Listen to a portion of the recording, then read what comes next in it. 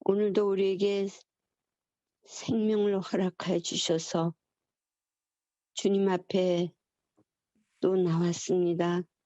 주님, 오늘도 정말 주님과 동행하며 살게 하여 주시고 다른 사람들이 볼 때 주님과 동거함을 저희들을 통해서 볼 수 있도록 도와주시옵소서. 아멘. 아버지, 우리의 생각대로 살아가지 않게 하시고 주님, 주님의 뜻이 이루어지며 저희 주의 손에 의해서 새로 지음을 받는 저희들 되게 도와주시옵소서. 아멘. 아버지 하나님, 또 요즘 계속 이삭의 가정에 대해서 저희가 배우고 있습니다. 아버지, 참으로 부모들로서 편애와 또한 여러 가지 일로 인해서 속임과 또 자녀들은 또 서로 속이고 장자권을 소홀히 함으로 인해서 일어나는 일들, 그러한 비극들을 우리가 봅니다. 아버지, 우리가 이 땅에 살면서 우리들의 현실에도 이러한 일들이 일어나고 있사오니 아버지, 더욱 우리의 눈을 하나님께 향하게 하여 주시옵소서. 주님, 또한 특별히 우리 교회 청년들에게 함께 하시고 늘 하나님이 우리와 함께 하심을 그들이 깨닫고 더 신실하게 살아갈 수 있는 청년들 되게 도와주시옵소서. 또 우리의 자녀들 더욱 믿음 안에서 신실하게 살아갈 수 있도록 도와주시옵소서. 주님, 또 우리 힐탑에 계신 저희 모두가 정말 서로 사랑하며 또한 어떻게 살아가야 하는지 깨닫게 도와주시고 또 4월 17일부터 있을 전도회를 위해서 주님 간절히 기도합니다. 아버지, 그 일을 위해서 준비하는 구목사님에게 함께 하시고 건강을 허락하여 주시고 또 성령이 역사하여 주시옵소서. 또 김영진 목사님에게도 함께 하시고 참으로 두 분에게 더욱 건강함을 허락하여 주시옵소서. 주님, 저희들 또한 그 일을 위해서 각자가 해야 할 일들이 무엇인지 깨닫게 도와주시고 그 일을 위해서 더욱 기도하게 도와주시옵소서. 오늘도 주님 안에서 신실하게 살아가는 우리 모두가 되기를 간절히 바라며 예수님 이름으로 기도드리옵나이다. 아멘. 예, 감사합니다. 이제 한문자 사모님께서 창세기 27장 30절부터 46절까지 있는 말씀을 봉독해 주시겠습니다. 에서의 분노. 이삭이 야곱에게 축복하기를 마침에 야곱이 그 아비 이삭 앞에서 나가자 곧 그 형 에서가 사냥하여 돌아온지라. 그가 별미를 만들어 아비에게로 가지고 가서 가로되 아버지여 일어나서 아들의 사냥한 고기를 잡수시고 마음껏 내게 축복하소서. 그 아비 이삭이 그때 이르되 너는 누구냐? 그가 대답하되 나는 아버지의 아들 곧 아버지의 맏아들 에서로소이다. 이삭이 심히 크게 떨며 가로되 그런즉 사냥한 고기를 내게 가져온 자가 누구냐? 너 오기 전에 내가 다 먹고 그를 위하여 축복하였은즉 그가 정령 복을 받을 것이니라. 에서가 그 아비의 말을 듣고 방성대곡하며 아비에게 이르되 내 아버지여 내게 축복하소서. 내게도 그리하소서. 이삭이 가로되 내 아우가 간교하게 와서 내 복을 빼앗았도다. 에서가 가로되 그의 이름을 야곱이라 함이 합당치 아니하니까 그가 나를 속임이 이것이 두 번째니이다. 전에는 나의 장자의 명분을 빼앗고 이제는 내 복을 빼앗았나이다. 또 가로되 아버지께서 나를 위하여 빌 복을 남기지 아니하셨나이까. 이삭이 에사에게 대답하여 가로되 내가 그를 너의 주로 세우고 그 모든 형제를 내가 그에게 종으로 주었으며 곡식과 포도주를 그에게 공급하였으니 내 아들아 내가 내게 무엇을 할 수 있으랴. 에서가 아비에게 이르되 내 아버지여 아버지의 빌복이 이 하나뿐이니까 내 아버지여 내게 축복하소서 내게도 그리하소서 하고 소리를 높여 오니 그 아들 이삭이 그에게 대답하여 가로되 너의 주소는 땅의 기름짐에서 뜨고 내리는 하늘 이슬에서 뜰 것이며 너는 칼을 믿고 생활하겠고 내 아우를 섬길 것이며 내가 매임을 벗을 때에는 그 멍에를 내 목에서 떨쳐버리리라 하였더라.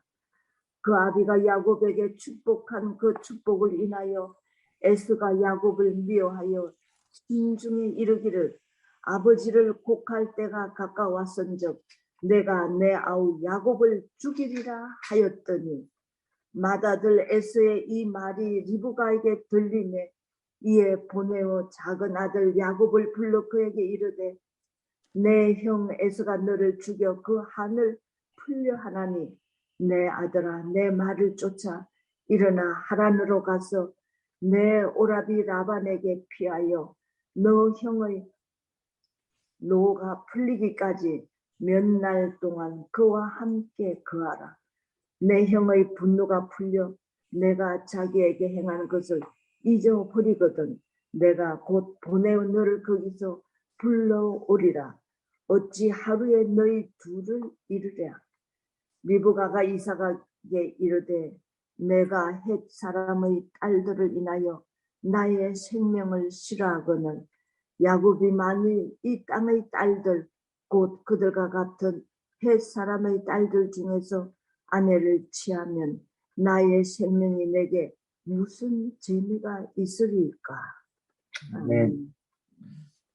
예, 창세기 27장 30절부터 46절까지 있는 말씀을 가지고 함께 은혜를 나누도록 하겠습니다.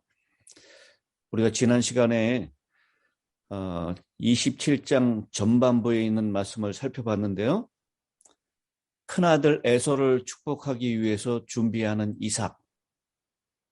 이삭의 계획을 엿듣고 작은 아들 야곱이 대신 축복을 받도록 계략을 꾸미는 리브가, 형처럼 자신을 꾸며서 아버지를 속이고 축복을 가로채는 야곱, 이렇게 차례로 등장했습니다.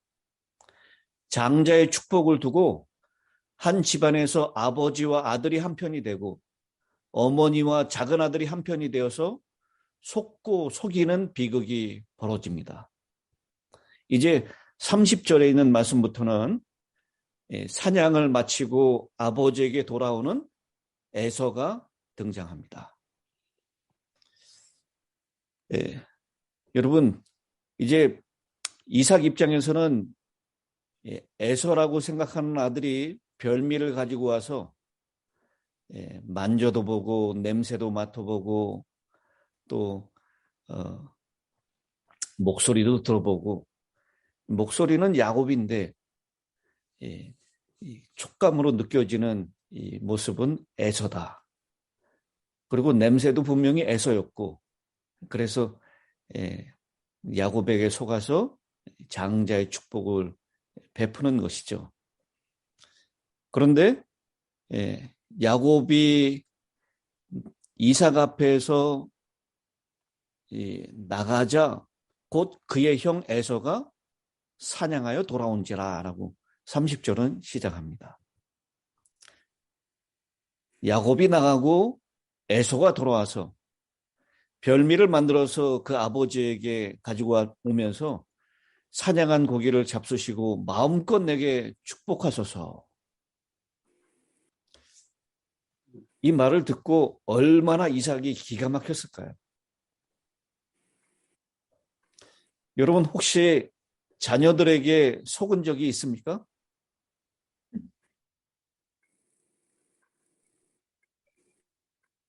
여태까지 사시면서 자녀들에게 속아보신 적 있으세요? 없는 것 같은데. 없으신 분들은 참 복을 많이 받으신 분들입니다.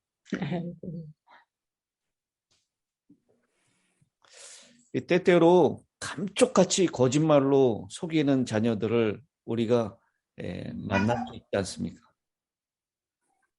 아마 이삭이 이런 경험을 하면서 32절에 그렇게 물어보죠. 그의 아버지 이삭이 그에게 이르되 너는 누구냐? 이 너는 누구냐라는 질문에 이삭이 받았던 충격, 33절에도 얘기하죠. 이삭이 심히 크게 떨며 이르되 그러면 사냥한 고기를 내게 가져온 자가 누구냐? 이 이삭이 받았던 충격은 정말 어마어마했을 것입니다. 그런데요, 이삭은 이 사건을 통해서 개입하시는 하나님의 섭리를 분명히 보았습니다. 그리고 자기 자신 편에서 하나님의 뜻을 거스려 행하는 그 이상의 어떤 시도도 부질없는 일이라고 결론을 내렸습니다.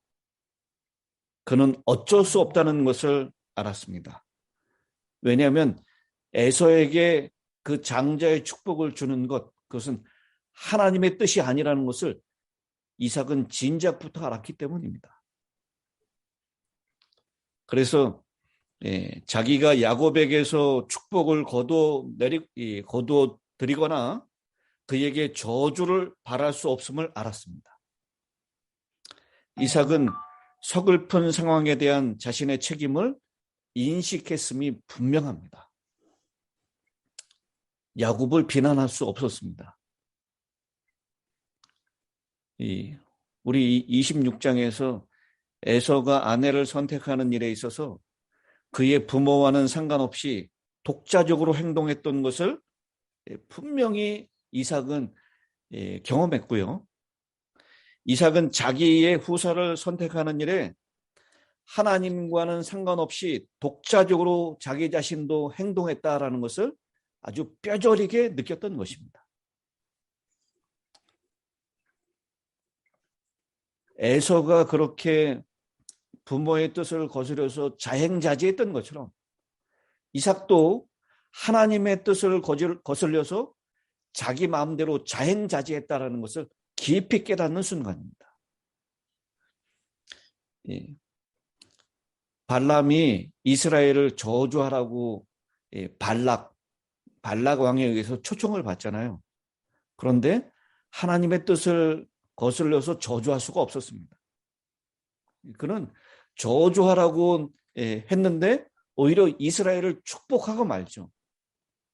마찬가지로 이 하나님의 뜻을 돌이키기에는 이삭 스스로 자기 자신이 무능력하고 무력하다라는 것을 깊이 깨달으면서 한번 야곱에게 베풀었던 그 축복은 돌이킬 수 없는 하나님의 뜻이다라고 하는 것을 이삭은 깊이 절감할 수밖에 없었던 것입니다. 오늘 이 27장 있는 이 말씀들을 통해서 제가 어제에도 말씀을 드렸지만 모두가 다 실수를 하고 있습니까?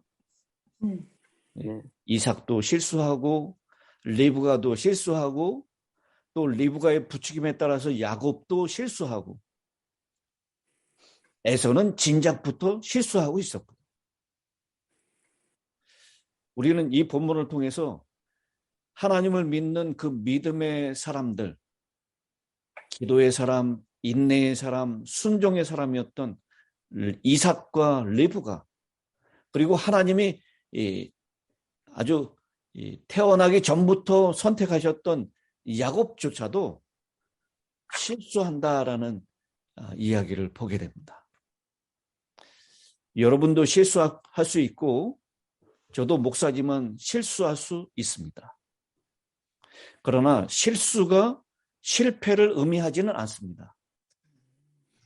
대가를 치르고 고통은 겪을지라도 오히려 그것이 복이 될 수 있습니다. 실수를 저지르고도 아무런 고통스러운 대가를 치르지 않는다면 우리는 계속해서 같은 실수를 반복할 것입니다. 이런 의미에서 보면 실수에 대한 대가로서의 형벌이나 고통은 다시 실수하지 않도록 만드시는 하나님의 방법일 수도 있겠다라고 생각이 듭니다. 작은 실수는 큰 실수를 막아주기도 합니다. 그러나 실수를 하고 죄를 지으면 반드시 고통스러운 대가를 치러야 한다는 사실을 잊지 말아야 합니다. 에서의 실수는 장자권을 소홀히 여기고 죽하는 것을 팔아버렸다는 것입니다. 이 복이 있어도 복의 가치를 모르면 복을 잃어버리고 마는 것입니다. 그런 사람이 에서였습니다. 에서는 무한한 가능성을 가지고 있었어요. 제가 말씀드렸죠? 에서가 이 믿음의 조상인 아브라함과 몇 년을 같이 살았다고요? 15년을 같이 살았다 그랬죠. 여러분 15년이면 짧은 기간이 아니에요. 굉장히 정말 그 인생에 영향력을 끼칠 수 있는 아주 중요한 기간을 믿음의 조상이었던 아브라함과 또 순종으로 인내로 대표되는 기도의 사람 이삭과 더불어서 아주 잘 교육을 받았고 복음이 무엇인지 또 아브라함과 이삭에게 약속된 복이 무엇인지 그는 가까이에서 봤을 것입니다. 그런데 에서는 영적인 것보다는 물질적인 것에 하나님보다는 세상적인 것들에 더 관심이 많았습니다. 그래서 장자권을 잃어버렸고요. 그리고 지금 이 아버지로부터 그 축복도 빼앗기는 결과를 받게 된 것입니다. 야곱은 자신의 실수와 죄에 대해서 어떤 대가를 치렀습니까? 그는 정말 형의 약점을 이용해서 죽한 것을 가지고 장자권을 샀고요. 또 아버지에게 거듭 거짓말, 속임수를 통해서 그 장자권을 스스로 가져오는 방법을 선택했습니다. 그래서 야곱도 전생애를 걸쳐서 정말 혹독한 대가를 치르게 되죠. 제일 먼저 치르는 대가는 형제 사이가 원수 사이로 바뀐 것입니다. 여러분 41절에 있는 말씀을 한번 보십시오.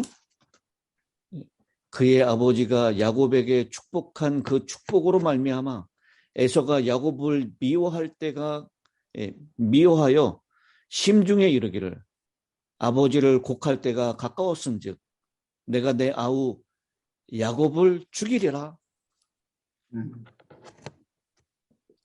에서는 한 배에서 태어난 형제 야곱이 한없이 미웠습니다. 그래서 아버지가 살아계실 때는 그렇게 하지 못하지만 아버지가 죽으면 동생을 죽이겠다라고 결심합니다. 야곱은 모든 것을 다 얻은 줄 알았지만 너무나 소중한 형제 간의 우애를 잃어버린 것입니다. 그것뿐만 아니라 자기가 태어났고 가족들과 친구들이 함께 살고 있는 집과 고향을 떠나야 했습니다. 이 42절에 맏아들 에서의 이 말이 리브가에게 들리매 아마 이 에서가 심중에 이르기를 혼자 말로 중얼중얼 거렸는지 모릅니다. 그런데 그 말을 정말 잘 엿듣는 선수 리브가의 귀에 또 들린 것입니다. 그래서 리브가가 작은 아들 야곱을 불러서 그에게 이르되 네 형 에서가 너를 죽여 그 한을 풀려고 한다라고. 그래서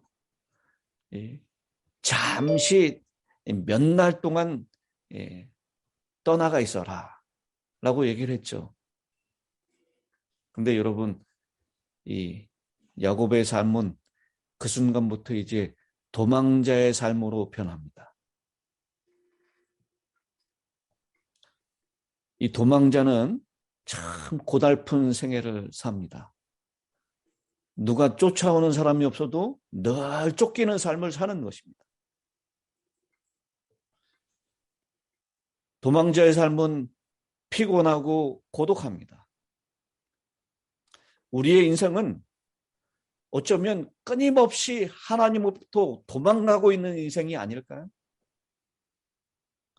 그러나 하나님으로부터 도망가면 도망갈수록 죄인의 삶은 비극이 되어갈 뿐입니다.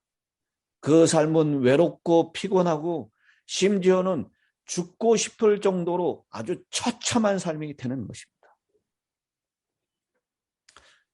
누군가 오늘날의 우리 사회를 가리켜서 도망가는 사회라고 표현했습니다. 남편과 아내는 서로에게서 도망가고 자식과 부모 또한 서로에게서 도망합니다. 학생은 선생으로부터, 국민은 정부로부터 끊임없이 도망가는 생애를 사는 것입니다. 리브가는 목표와 목적은 잘 잡았고 하나님의 섭리는 잘 예민하게 깨닫고 반응했지만 그것을 이루는 수단과 방법은 거짓말과 사기라는 수단을 사용했기 때문에 그는 잘못된 방법으로 목적을 이루려는 실수를 저질렀습니다. 그래서 그녀에게도 혹독한 대가를 치르게 되는데요. 34절에 보니까 그 며칠 동안, 몇 날 동안 잠시 피해 있어라 라고 했었던 그 이야기가 그 사랑하는 아들 야곱과는 영영 이별하게 되는 그런 혹독한 세월을 보내게 됩니다.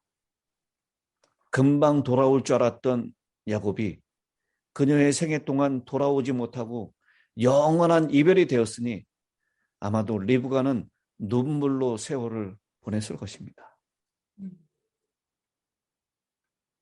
그리고 45절에 네 형의 분노가 풀려서 네가 자기에게 행한 것을 잊어버리거든 내가 곧 보내어 너를 거기서 불러오리라. 어찌 하루에 너희 둘을 잃으랴. 여러분, 다른 이의 마음 가운데 못을 박지 마시기 바랍니다. 한을 심지 마시기 바랍니다. 에서의 한은 풀리지 않았습니다. 쉽게 풀릴 줄 알았던 상처였지만 그렇지 않았습니다. 리브가는 내가 어찌 하루에 두 사람을 다 잃어버리겠느냐라는 그 말을 통해서 리브가의 비애를 보여주고 있습니다.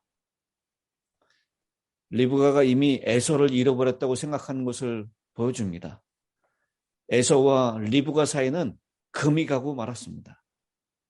그렇기 때문에 리브가는 야곱에게 에서 하나 잃은 것도 마음이 아픈데 어떻게 너까지 둘을 잃겠느냐라고 말을 하고 있습니다.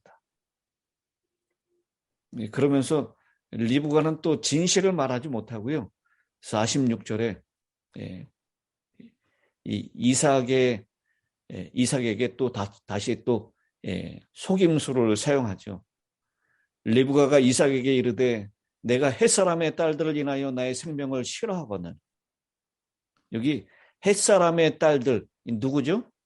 이삭의 아내. 아니, 에서의 에서의 아내. 에서의 아내. 아마 이게 요 한마디로 고부간의 갈등을 잘 표현해 준 것이 아닌가 생각합니다. 리브가가 며느리들하고 아주 너무너무 고통스러운 관계를 보내고 있는 것입니다. 전혀 영적이지 못하고 하나님 쉽게 받아들이지 못하고 물질적이고 세속적이고 탐욕적인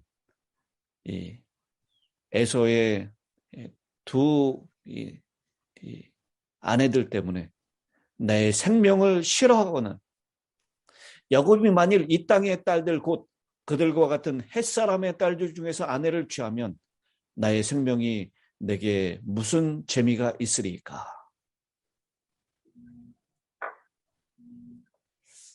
이제 이 야곱을 형하고 떨어뜨려 보내기 위해서 그래서 이 46절에 리브가는 또 역시 민감하지 못하는 이 이삭을 또 속여서 떠나 보내려고 하는 그런 이야기를 우리가 읽게 되는 것입니다. 지금 야곱이 떠나는 것은 결혼을 하기 위한 것이 아니라 에서의 칼이 무섭기 때문입니다. 그런데도 리브가는 그렇게 말하지 않습니다. 물론 완전히 틀린 말은 아니지만 우리는 여기에서 우리 인간이 가지고 있는 연약한 이중성을 볼 수가 있는 것입니다.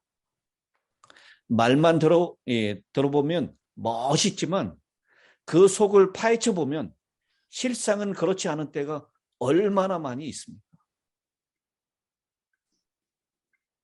우리도 정말 멋있는 말을 하지만 실상을 파헤쳐 보면 거기에 또 다른 속셈이 있고 또 다른 자신의 채우고자 하는 욕심이 있을 때가 얼마나 많습니까?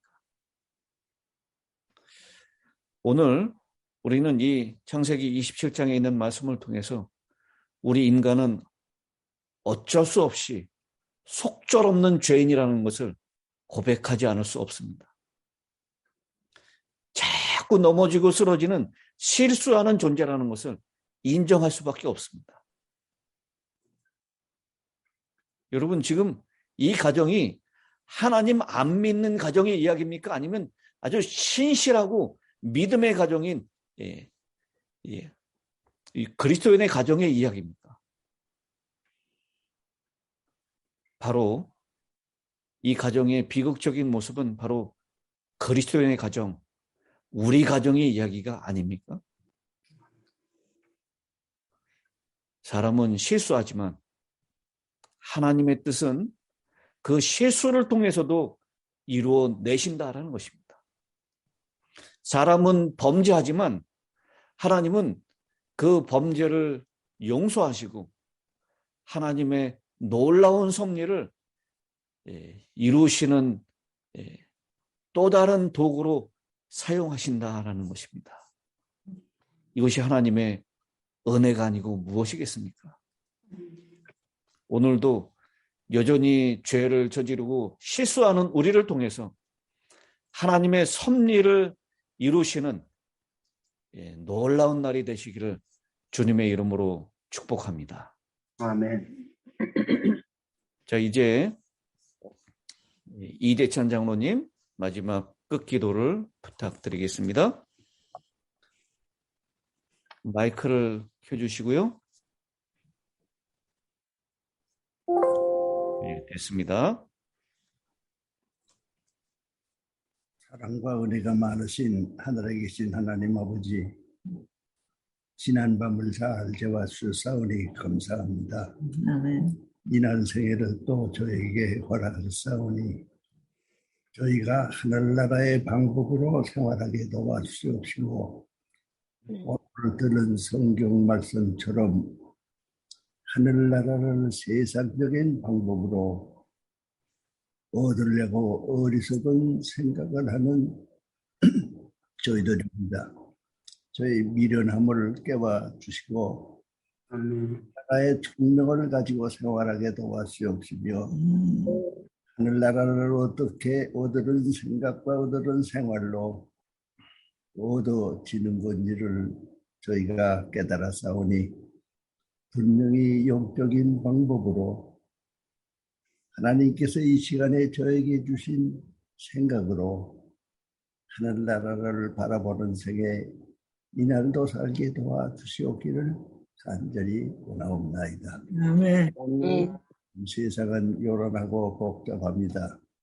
그 복잡한 것 다 생각하지 아니하고 하늘나라를 생각하게 도와주시옵시며 그 나라를 가는 방법까지 저에게 주셨사오니 저희는 저희 생활하는 정신 상태가 하늘나라에 적합한 생애를 이날도 살게 도와주시옵시고 아멘.